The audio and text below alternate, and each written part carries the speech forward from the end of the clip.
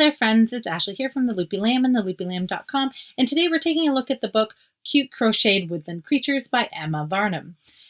Thanks to our friends at GMC Publishing for providing me with a copy of this book for free of charge in exchange for my honest opinion. And if you are ready to get started, please hit that like button and consider subscribing to this channel.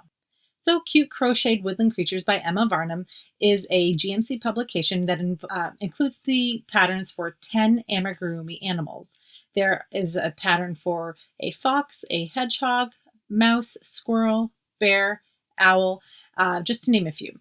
And all of the animals in this book are bigger than your standard amigurumi size of only a few inches. So I would consider them to be more of a cuddle-sized creature. Now, the fun thing about this book is that all of the projects come with a different outfit and some accessories for your creature. So I'll just flip through and I'll show you just a quick example.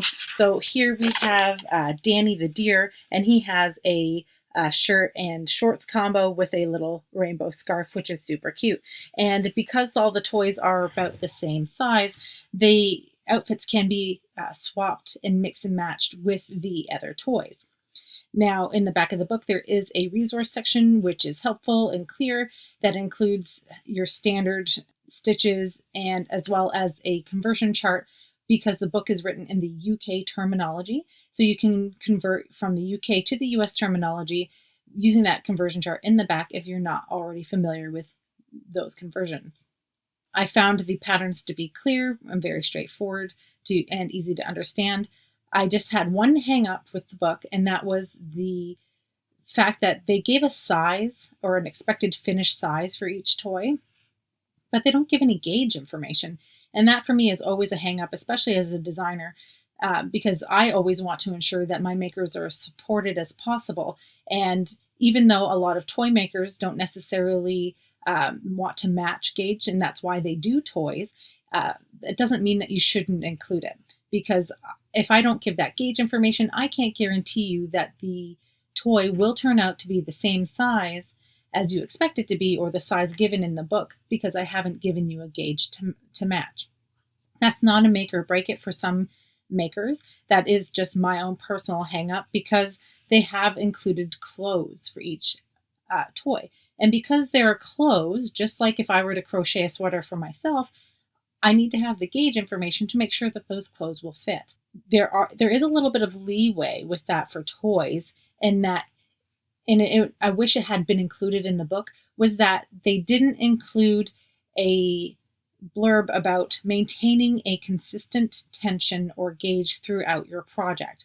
Because in the past, for instance, I've talked about it on the channel before, I've created a doll and then put my toy down, went and got a tea, talked to my kids, came back, sat down, made the hair cap, and then the hair cap didn't fit, even though I'd made that toy many times and I knew it should fit, because my tension or my gauge had changed and I wasn't paying attention. So if I didn't know that that was a problem or that could happen, then I could be very frustrated.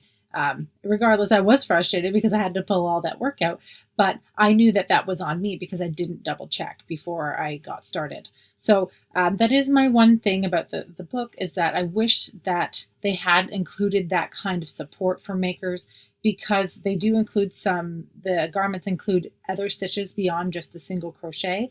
And without having that gauge information, I find that the taller the stitch, the more variance that there can be from maker to maker in someone's gauge, because of how we all crochet differently.